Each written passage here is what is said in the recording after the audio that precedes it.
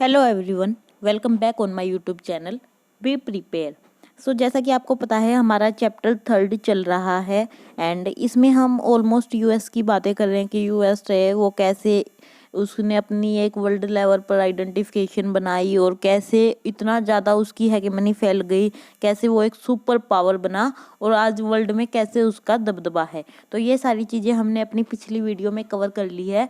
तो आज हम अपने चैप्टर में दो तीन टॉपिक रहते हैं, उन्हें कवर करेंगे और इसी के साथ हमारा चैप्टर कंप्लीट होगा।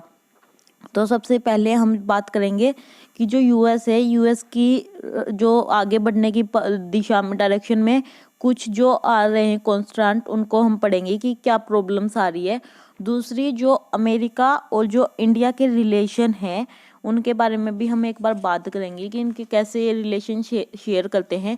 और साथ में लास्ट चीज़ जो हम पढ़ेंगे वो हम पढ़ेंगे कि जो ये हैगेमनी है इसको कैसे कम किया जा सकता है या कैसे इससे बचा जा सकता है। ये सारी चीज़ें हम आज कवर करेंगे। तो चलिए बिना देर करे आज के अपने चैप्टर को हम स्टार्ट करते हैं। आज का जो हमारा सबसे पहला टॉपिक है वो है जो अमेरिका जो पावर है, यूएस एक बड़ी पावर बनने जा रहा था। जैसे आपको पता है यूएस एक बड़ी पावर है, पर फिर भी इसके रास्ते में कुछ प्रॉब्लम आ रही थी। तो उन्हीं कॉन्स्टेंट के बारे में ही हमारा आज का अब ये टॉपिक हम स्टार्ट कर रहे हैं। जो अमेरिका की में जो रास्ते में जो प्रॉब्लम आ रही थी, ये 3 बड़ी प्रॉब्लम थी और ये तीनों इसी के अंदर थी, यानी कोई एक्सटर्नल प्रॉब्लम नहीं थी बल्कि इंटरनल प्रॉब्लम थी। तो हम इन्हीं के बारे में हम डिटेल से पढ़ेंगे।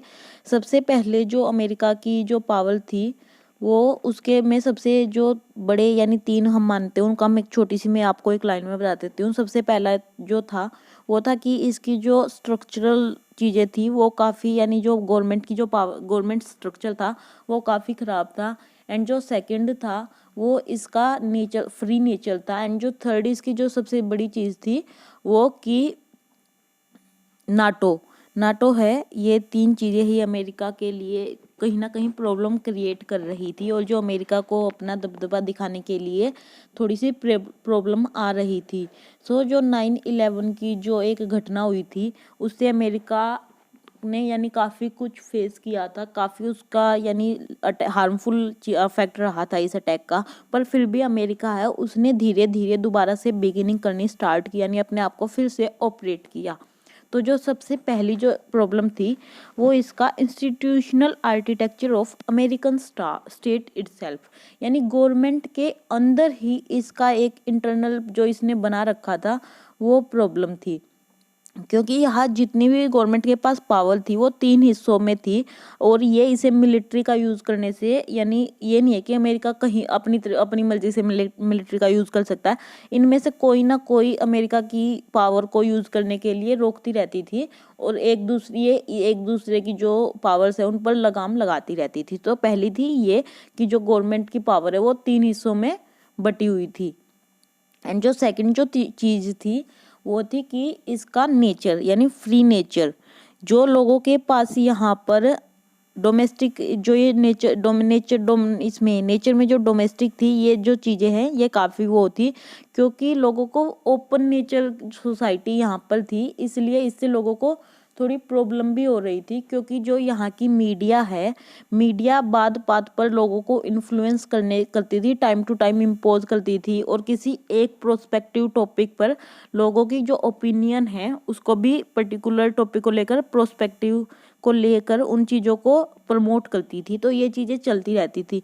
एंड इससे क्या होता था कि जो काफ़ी बड़ी मात्रा में हम ये कह सकते हैं कि एक अंदर ही अंदर काफ़ी चीज़ें अलग हो रही थी। एंड जो थर्ड वन जो चीज़ थी वो थी कि इसने जो एक ऑर्गेनाइजेशन बनाई थी नाटो, वो इस नाटो में और भी कंट्रीज़ थी, तो अमेरिका भी इसका पार्ट था और अमेरिका को कुछ करने से पहले नाटो से परमिशन लेनी ही पड़ती थी। ऐसा नहीं, क्योंकि जो नाटो में जितनी भी कंट्री थी वे वर्ल्ड इकोनॉमी का एक सोर्स थी, तो इसीलिए ये कहीं ना कहीं ये भी नाटो को कंट्रोल करती थी। तो जो ये तीनों चीज़ें थी, एक इसकी गवर्नमेंट का जो स्ट्रक्चर था, सेकंड इसका जो ओपन नेचर था, एंड थर्ड थी जो नाटो, ये तीनों कहीं ना कहीं इसके बीच में कहीं ना कहीं प्रॉब्लम क्रिएट कर रही थी। तो इसी के साथ ये एक छोटा सा टॉपिक था, ये हमारा कंप्लीट होता है।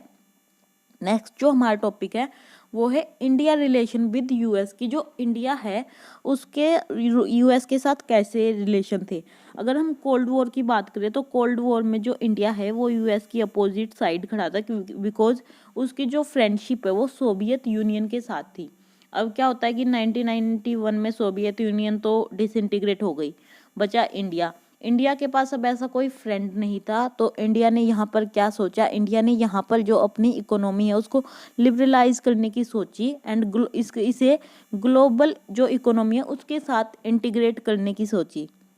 तो इंडिया है वो काफ़ी अच्छी जो फॉर्म है उससे ग्रो कर रहा था।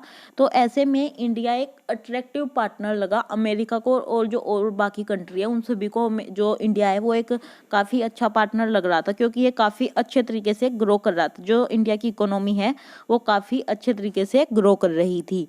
तो ऐसे में इंडिया के टेक्नोलॉजी और एक इसमें फील्ड में जो इंडिया के लोग वहाँ काम करते हैं, वहाँ रहते हैं, इन दो चीज़ों से इंडिया और यूएस के रिलेशन वैसे देखने को मिलते हैं। पर फिर भी जो टेक्नोलॉजिकल डायमेंशन है ये अमेरिका में काफ़ी इंडिया का रोल प्ले करता है। सो हम एक थोड़े छोटे छोटे एग्जांपल्स लेते हैं जो कि इनके रिलेशंस को शो करते हैं। जैसे इंडिया का 65% जो एक्सपोर्ट होता है वो अमेरिका, सॉफ्टवेयर का जो एक्सपोर्ट होता है वो अमेरिका में जाता है। एंड जो दूसरी चीज़ है 1 सेकेंड, जो दूसरी चीज़ है 35% जो 35% जो वर्कर्स हैं वो इंडिया के हैं अमेरिका में, यानी अमेरिका में 35% जो वर्कर्स हैं वो इंडिया के हैं। एंड लगभग 3 लाख जो सिलिकॉन वैली है, जैसे कि आपको पता है सिलिकॉन वैली सॉफ्टवेयर से रिलेटेड है, एंड इसमें जो 3 लाख वर्कर हैं ये इसी के हैं और इंडियन ओरिजिन के हैं। एंड जो 15% जो स्टार्टअप जो होते हैं वो इंडियंस अमेरिकन होते हैं, उन्हीं के थ्रू होते हैं। तो ये जो है यूएस और इंडिया के रिलेशन को शो करता है ये, क्योंकि इनमें अब काफ़ी कहीं ना कहीं एक दूसरे के साथ ये मिल रहे थे। तो इनसे हम देख रहे हैं कि इनमें मिलिट्री चीज़ों को लेकर काफ़ी, या फिर और चीज़ों को लेकर काफ़ी क्लोजनेस आ रही थी।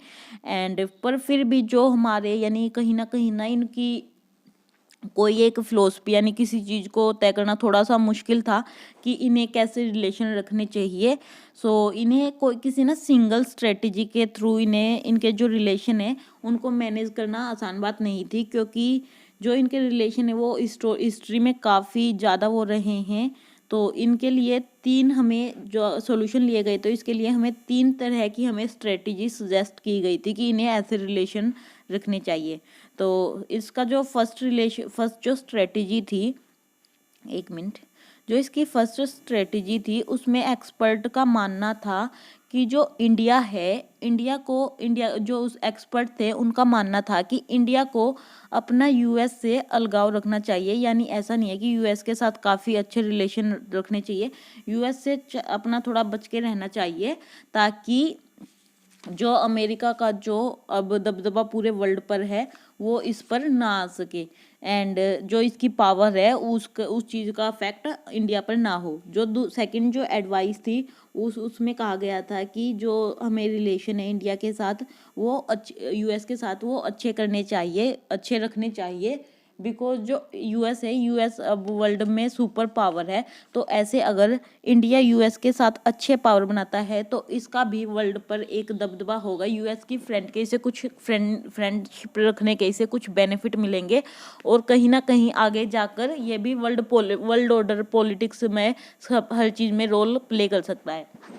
और जो थर्ड जो एडवाइस थी उस एडवाइस में कहा गया था कि हम जो इंडिया है वो जो एलडीसी कंट्री है उनको लेकर जिस मूवमेंट जो जैसे नाम मूवमेंट था और या फिर उनका हेड बना हुआ है, तो इंडिया को उसी फील्ड में आगे रहना चाहिए, क्योंकि इंडिया इन कंट्रीज़ को लेकर अगर जो ग्रुप बनाता है वो आगे जाकर कहीं ना कहीं अमेरिका से ज़्यादा पावरफुल हो सकता है। तो इसीलिए इसके लिए ये कहा गया था। बट अगर हम बात करें इसके लिए कोई भी जो सिंगल स्ट्रेटजी है वो काम नहीं आएगी, क्योंकि जो इंडिया और यूएस के रिलेशन है वो डिपेंड करते हैं कि वो कैसा रिलेशन शेयर कर रहे हैं। तो ये कॉम्प्लेक्स डिसीजन है। जो थर्ड स्ट्रेटजी दी गई है कि आप एक कह रहे हैं कि इंडिया से अच्छे रिलेशन रखो, दूसरा कह रहा है कि इंडिया के साथ अच्छे रिलेशन नहीं रखने, एंड तीसरा कह रहा है कि अपना एक अलग ग्रुप बनाओ। तो ये चीज़ें अलग है, हम कोई भी सिंगल स्ट्रेटजी यूज़ नहीं कर सकते। एंड हमारा जो लास्ट टॉपिक है कि जो हाउ कैन हेगेमनी बी ओवरकम, कि इस जो ये हेगेमनी है इससे हम कैसे बच सकते हैं। तो ये लास्ट चैप्टर है एंड इसे हम अब पढ़ेंगे। थोड़ा छोटा चैप्टर है, कोई बड़ी बात नहीं, कोई बड़ा टॉपिक नहीं है। तो चलिए इस टॉपिक को भी हम जल्दी से ख़त्म कर लेते हैं।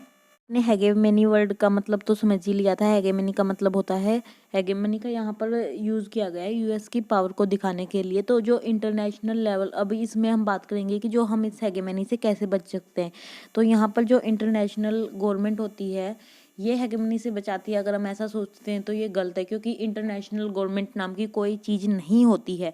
हालांकि कुछ ऑर्गेनाइजेशन होती हैं जैसे यूएस हो गई, नाटो हो गई, पर ये वर्ल्ड पर पीस एंड मिलिट्री इन चीज़ों को कंट्रोल करने के लिए कुछ ऑर्गेनाइजेशंस बनाई गई हैं, ना कि ये ऐसी ऑर्गेनाइजेशंस नहीं है कि सब इन्हें फॉलो करने के लिए नेसेसरी यानी मैंडेटरी हैं। तो ऐसा कुछ नहीं है, इंटरनेशनल गवर्नमेंट की नाम की कोई चीज़ें नहीं है।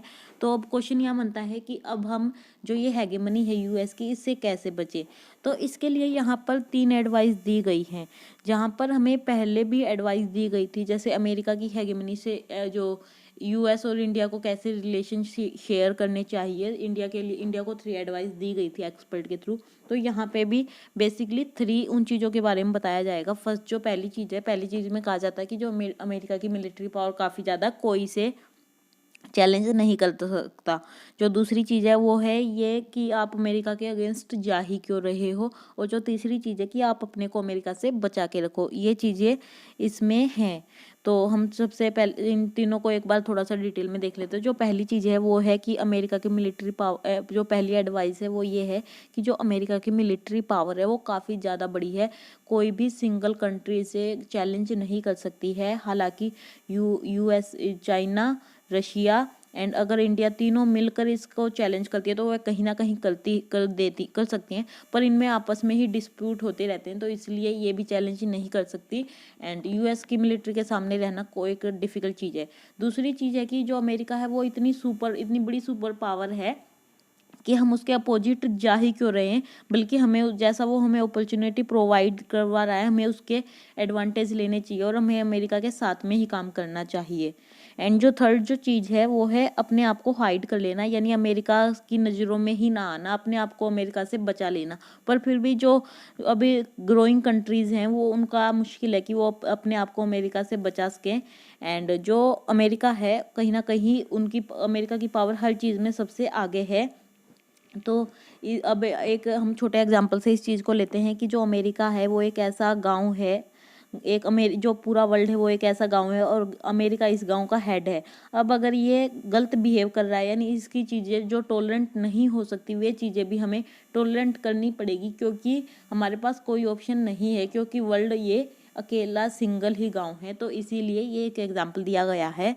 एंड यही था बस कि जो अमेरिका की पावर है इसके लिए हम 3 यूज़ कर सकते हैं, या से उससे अलग हो जाओ या फिर उससे अपने आप को बचा लो या उसी के साथ काम करो, और उसको कोई चैलेंज तो दे ही नहीं सकता।